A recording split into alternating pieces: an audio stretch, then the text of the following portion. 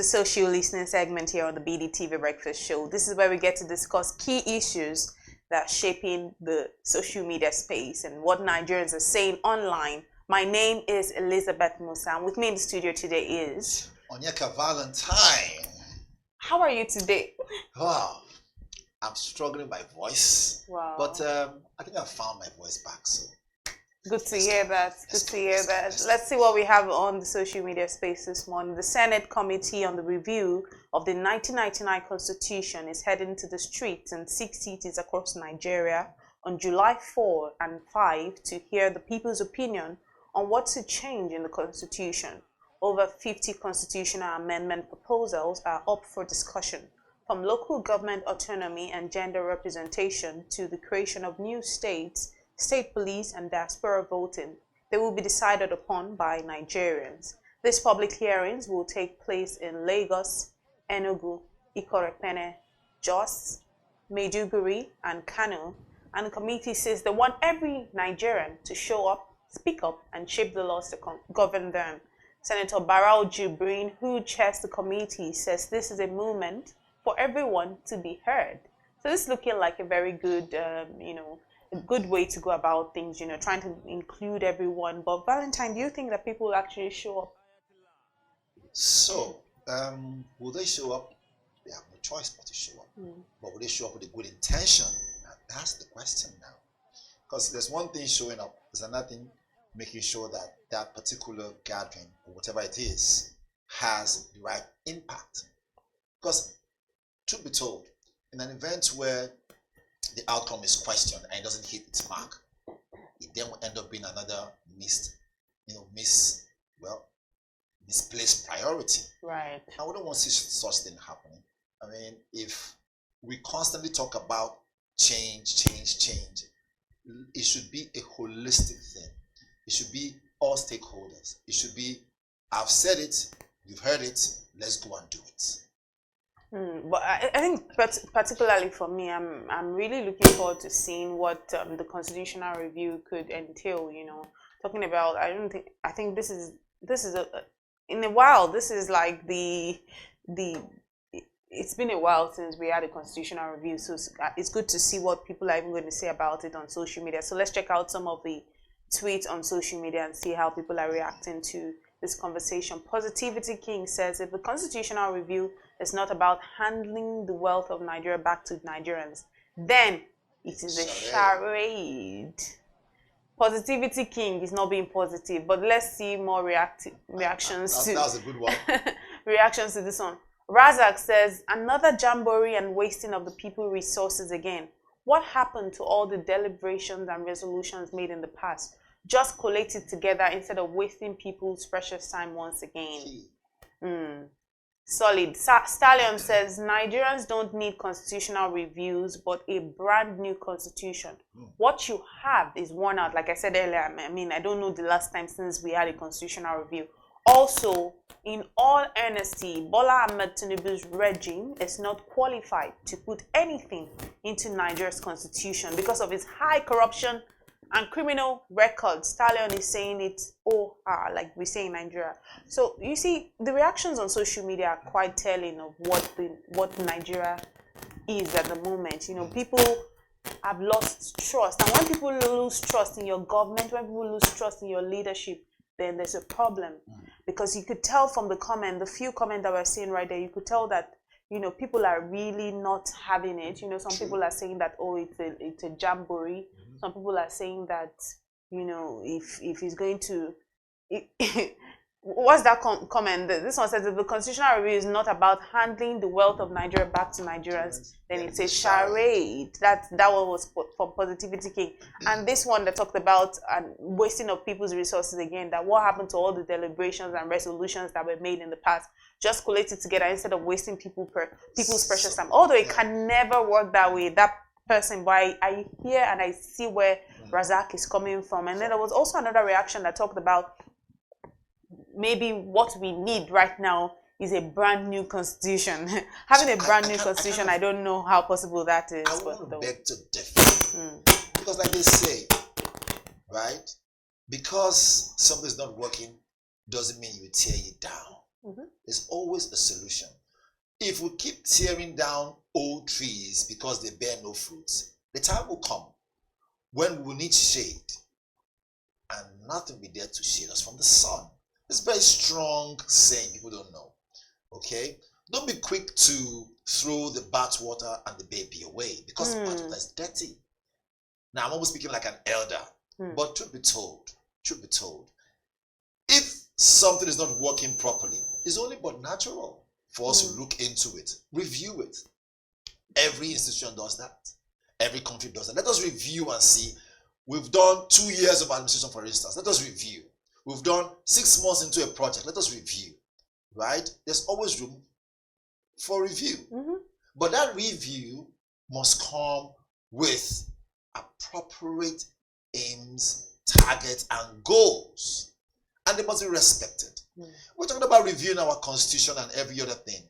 Some people are saying tear it down totally and then build new ones. Do you know how long that's taken us to have gotten used to what we know how to do, even though they say sometimes you have to break the norm and leave status quo? But even at that, on the flip side, monies, not just money, monies has been spent. Allow me to use that word, right? Funds has been spent trying to maintain our constitution, to use that as a framework and a platform to keep the country going. So if we tear down this old one, the one we have, and say we want to bring new fresh ones, do you know what that would mean? Do you know how much we lost? We might not know this, but one way or the other, there could have been some economic, I won't use the word downturn, but some certain areas could have been affected when we change our national anthem. But we don't know these things. Okay? I can tell you, if you call out 10 adults right now and say, look, recite the national anthem, they'll make mistakes. Why? Because most of us grew up with the one that we knew. What am I trying to say in essence is that, is it a good thing to review after a while? Of course it's a good thing. You review. Why do you review? So that you fit into current situations. You go with the tide. Not necessarily go with the tide, but you go with what's going on presently. The world is becoming more AI enabled. So look at our constitution and say, wait a minute. Is it giving us room to cash into the billions of dollars that are made available online? Is our constitution too rigid that doesn't enable us cash into these things? Let's look at it. That's one area. Let's also look at the health sector. As the world evolves, okay, is our constitution, constitutionally friendly? If not, room for review. But that's actually the purpose of a public hearing. I mean, we're talking about 50 constitutional amendments that are up for discussion, and if they're bringing out, if they're making it a public hearing, this is where Nigerians are supposed to exercise, use their voices, because what we see for Nigerians is people who are keypad warriors. They're going to complain, but now you have the opportunity. Now the Senate Constitutional Review Committee is saying that, we have a public hearing 2 days, 4th and 5th, across different cities, 6 cities, right? So, let's even look at the cities once more. We're talking about Lagos, which is, the commercial capital. We're talking about Enugu. We're talking about Ikoroikene. We're talking about Jos. We're talking about Maiduguri. We're talking about Kano. So this is an opportunity for people, everyday Nigerians, to show up, to speak up, and also to shape the laws that govern them. Because I'm seeing these people on social media, and I know how Nigerians can be. You have the opportunity now, Lagosians. If you're less busy, you might as well show up for the public hearing. If you're in Jos, you might as well show up. But we will have people that will say, nothing is going to happen. It doesn't concern me. At the end of the day, they know what they will do. That's an average Nigerian remark. At the end of the day, they know who to favor. At the end of the day, excuse me, have you done your own part? Your civil right. They don't do their part. They complain and complain and complain. You complain about the government. You complain about everything. Now, 26 years in the making, we're saying that, the Constitutional Review Committee is saying, 26 years later, we want to have a public hearing. Then show up. Talk about the laws that you think need to be reviewed. Because they're talking about 50 amendments. You could, speak up. And that's a lot. 50 amendments. If one major amendment is done and is successful, it could change the trajectory of this nation. Now, you see those come gather up, let's talk about it. They're more or less town hall meetings. Okay? But let us look into it in depth. Are we utilizing the so-called areas that we need to cut across this information properly? Are we also, taking into cognizance that most people who you want to hear from might not be your proper English-speaking crowd? Right. So what are the mediums we want to put on ground to enable us reach out to these people? Are we so we have NOA, National Orientation Agency. Are they going to be fully involved? They have to be involved. So we cut across the length and breadth of those states they've mentioned. I'm sure these are just the first states, right? Before we go to other ones. But whichever it is, information must be cut properly. And the way and manner they push across the narrative will depend, right? Or put it this way, the turnout will depend on the way and manner the information will be cut across. If it's cut across as it being, biased, people wouldn't come. If it's cut across with the ruling party in power in mind, people wouldn't come. No, but you still need to. You have to come before you. Saying. That's why it's a public hearing. Exactly. You have to come. I mean, at the end of the day, whether or not at the end of the day, you can never please everybody. That's a normal thing, and that's what people need to understand about leadership. Right. Because you are leading. Look at the population of Nigeria. I mean, over 200 million people. You can never please everyone. You are trying to lead 20 people. You can't even please everyone. So over 200 million people. So not everybody is going to quote get their voices heard, because you are, everything will not completely, it might not work for me, it might work for you. Some particular policies or measures might work for you, might not work for me, might not work for someone else in the studio. But the fact is, you have to at least come out. I mean, if they're saying there's a problem, if you are this invested, except you are not interested, but if people are this interested, I would say, instead of being on social media and coming on and ranting, go out. This is the moment for everyone to be heard. Input here. What will be the security measures put in place so that those town hall meetings or gatherings will not be hijacked by hoodlums? I don't believe that should even be. Because you know why? So when there is something being put in place, we all know the geometry of our nation. When something is being put in place that will help the nation be better, some people are just out there to sabotage it. I'm all good with, let us have this meeting to talk about, constitution, see where we can review and everything. I'm all good with it. But the question is, are the things that will make it a proper gathering, right? Have they been put in place? Security measures? Have you reached out to people? Even if few people turn out, the gathering alone, one voice. Do you know what? The power of one voice can move and shape on a country and move the very tree which a nation is known for. We're unity, right? That's part of what our flag says. Unity, peace, and every other thing. One person can make a difference. But who will it be? Oh, some will say, look, my hand will spoil. Some will say, oh, I don't want to go. I'm not sure if, there's going to be security. So we must, as much as they are talking about the gathering is coming up so time, right, for constitutional review, assure Nigerians that they'll be safe. Assure Nigerians that if I leave my office that day as a press person, as a broadcaster, and I want to go and attend, if I go there, I wouldn't go there and come out looking for my phone or something. I'm just saying. And then, speaking of people actually going out and making their voices heard, let's move to Katsina State, where a surprise protest has become a trending topic. Now, a group of Muslim youth took to the streets in support of Iran as the ongoing conflict between Israel and Iran rises. Now, the protesters, seen holding placards and chanting, say that they stand in solidarity with Iran in what they describe as a fight for justice and the Muslim Ummah. On the placard, they write in Hausa, "Glorification is for God and the believers." Now, they are standing in support of Iran, but let's see some of the reactions on social media. All right, let's see some of the reactions on social media. Itumo says, we should look after ourselves first. Exactly what I was about to say. Israel and Iran will still have 24 hours electricity and state-supplied water after this war. Do people in Katsina or any other places in Nigeria have these? Great point. More reactions to this story. Vonagis says, I guess everyone there doesn't know why they are fighting. People only fight.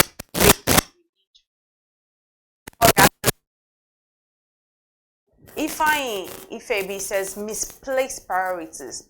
They won't talk about the bandits ravaging their states, but protesting about a war that doesn't concern them. I mean, we're talking about Benue State. You're not going out to protest. Benue is this close to you, and then you are protesting in solidarity for Israel and Iran. Let's see more reactions on social media. Bonnie says, these people are under the occupation of bandits and a deplorable economic problem, but they are much more inclined to fight a cause that serves them no purpose than to liberate themselves from entanglement. You know what I find about people and lack of knowledge is that sometimes people don't even know why they're fighting. Sometimes people don't even know why they're supporting what they're supporting. Sometimes, and that's what education does. I mean, you see cases where people are even educated and they're fighting for causes that they don't even understand, or you are standing in solidarity, quote, for what you don't even have a full grasp of. You know, I mean, just watching the video, you see a little boy there holding a flag. Look or at that. Something just in front of that's him on the left side there. You're holding the flag of. This boy doesn't even know anything. So obviously doesn't know what's going on. It begs the question again, right? Look, obviously they are being funded by somebody. Okay, if not to print that banner, it doesn't come cheap, right? Those flags, they don't come cheap. But my question is, if we can worry about another nation, now this does not mean that we shouldn't be sensitive to what's going on in Iran. Absolutely. The world is condemning the attack by Israel on Iran. You know, also equally complain about why America will obviously allow Israel to lure them into the war. But that aside, that's the bigger picture. Back home here, looking at the video, it just gives you reason to worry and say, are we crying more than the bereaved? Yes, it's good to show concern, but I hope and we hope this is not going to spiral out of control. It becomes, you know, a religious war. Because the thing with religion in Nigeria is that, unfortunately, you know, being spiritual is good, but religion has been a major problem in Nigeria. Because what do you mean by glorification is for God and the believers, which is what is on that placard they are holding? What do they even understand by what is going on? Again, and this is in no way targeting any particular religion. The idea is, look, whether you are Christian, Muslim, Hindu, Zionist, or whatever it is that gives your faith meaning. Absolutely. Do it with both eyes open. Practice your religion with both eyes open. Yeah. Now, again, we pray it doesn't get into a religious war, because we know how this things normally spark. But on the side, if some people are saying, we stand with Iran from Nigeria here, when we had our own issues, did anybody over there in Iran say they stand with Nigeria? I'm just speaking very, plainly here, being on the fence with this matter. However, okay, the idea of no country should bully another country, I think I stand with that more. And so, if no one will speak, let someone actually talk. It is their right to protest. There's always a right to protest, so long as it's peaceful. So let us not, dig deep into the negative angle and begin to see maybe. No, there's a right to protest, but I beg to differ right here. You're protesting about what? Something going on far away in Iran. So, look, it's not that what is happening between Israel and Iran is a welcome development. Of course, people have cancelled it. We've been condemning it. We're not happy about it because nobody wants a possibility of a third world war. We're heading there. But no, I like to stay positive. Nobody wants a possibility of a third world war. But my concern and where I have my biggest irritation is the fact that there are lots of things going on right now in Nigeria that are affecting the people, that already affecting us. You go to the market right now and you want to buy a basket of tomatoes, and it's really expensive. And this is just a remote cause, do you understand, of what is going on in Benue State, farmer header crisis and all of that. And this is already affecting every single person, no matter how much money you have. Now, we're talking about the economic side of things. Now, let's move away from the economic side of things. Let's also talk about, the emotional side of things. Let's talk about the fact that people are dying, and that every morning you pick up the paper and you're seeing 200 people died in Yelawata, or this one. You are seeing all sort of things, right? I think that this is something that should be of utmost concern to me right now. I'm saying it's of utmost concern to me, but I'm saying for those people that are in Katsina protesting, this is this kind of thing that will be like, no, we have to protest, you know. But you guys don't even, I'm seeing that small boy, what does that boy even know? They'll just say, carry your, and that's how these things happen. And then one bike will come from, look at the road, one bike will come from nowhere and hit, and then they'll say, people, no, how will this sound? Protesting, you now see the newspaper, protesting Katsina, gone wrong. One die, or something, you know, they'll write something feared, killed in this thing by moving bikes. For a cause that is far away in the Middle East. How silly will it sound? I mean, I can't agree with you any more than I have already, because you hit the nail on the head. And to add to that, truth be told, if we must protest, which means we have the energy, right? Let it be directed towards the right cause. Absolutely. Not to say that we shouldn't talk about what's happening internationally. We absolutely should talk about it. Because it's affecting us, whether or not we like it. In fact, I mean, this morning we spoke about when we had the newspapers, right? Right. How the fact that the Israel and Iran war has broken out, and how it's affecting oil price around the world. Absolutely. Most definitely to affect Nigeria, to trickle down. Right. But the same energy they use to protest for the Middle East, let us, you know, bring that same energy, multiply it, and talk about the Benue killings. The same people, let's forget about double standard here, because those people, I'm beginning to think they have some other motives. They are funding these people to come out and protest. Yes, to protest is your right. To what end? To what end? Let us see that energy also being put into the issue of, you know, headsmen killing or bandit killing or Boko Haram. Let's have, matter of fact, we are almost sweeping under the carpet the Chibok girls. How many years ago have that been? Right? There's a lot to burn energy on, instead of trying to put square pegs in round holes. However, we still obviously sympathize with people in Iran and Palestine, isn't it so? Iran and Israel. I don't want to call Israel. I purposely said. Anyways, I purposely didn't want to mention, but since you did, that's fine. Because I mean, you're the aggressor. All right, you attacked Iran, so I don't see how personally I want to have, you know, any emotions towards you. You come to my home, you attack me. You expect me not to defend myself. All right. So I mean, as much as this might sound very unprofessional, look, if you truly want to lie well and sleep well, then lay your bed properly. Absolutely. That was a bad call by Netanyahu, and he has pulled America into it. And so the question is now a game of ego. So whose ego will step down for the other? All right, that's where we bring it to wraps this morning on the social listening segment here on the BDTV Breakfast Show. Truly lovely conversation. Not lovely per se, I mean, but very eye-opening, quite intriguing if I may say so myself. But also for everyone across the 6 states, I mean Lagos State, somewhere in Akwa Ibom, Maiduguri, some of the places where, you know, the public hearings will go on.